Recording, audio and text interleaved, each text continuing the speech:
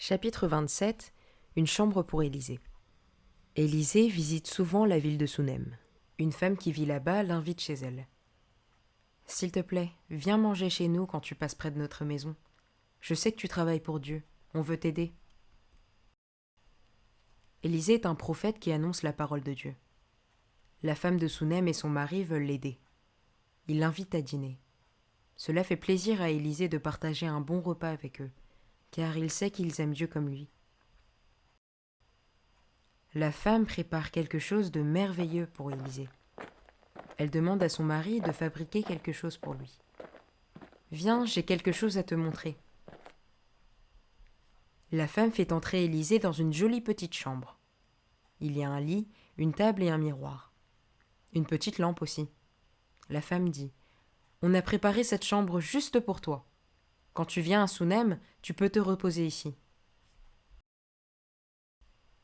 Élisée se réjouit quand il voit la chambre. C'est une petite chambre chaleureuse. Élisée dit « Merci d'avoir préparé cette chambre avec soin pour moi. »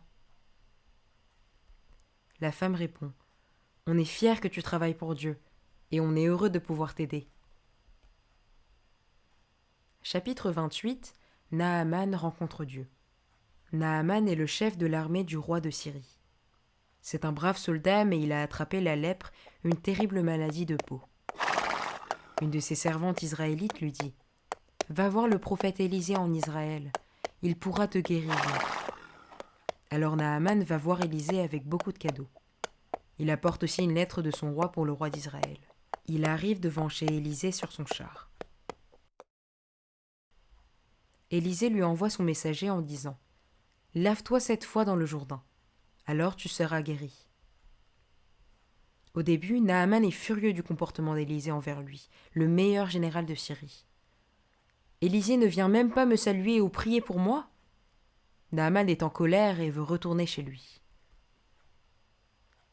Mais sur le chemin, ses serviteurs lui disent « Maître, si Élisée t'avait dit de faire quelque chose de difficile, tu l'aurais fait. Il t'a juste dit de te laver dans le Jourdain. Il n'y a rien de plus facile.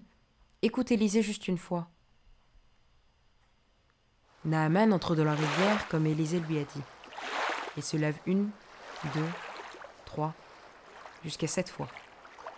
Alors sa peau devient propre comme celle d'un enfant. Sa maladie de peau l'a quitté. Naaman est très content. Il revient voir Élisée. Il veut lui donner ses cadeaux. Mais Élisée ne les accepte pas. À la place, il lui dit de bien servir Dieu. Naaman a guéri parce qu'il a fait ce qu'Élisée lui a dit de faire.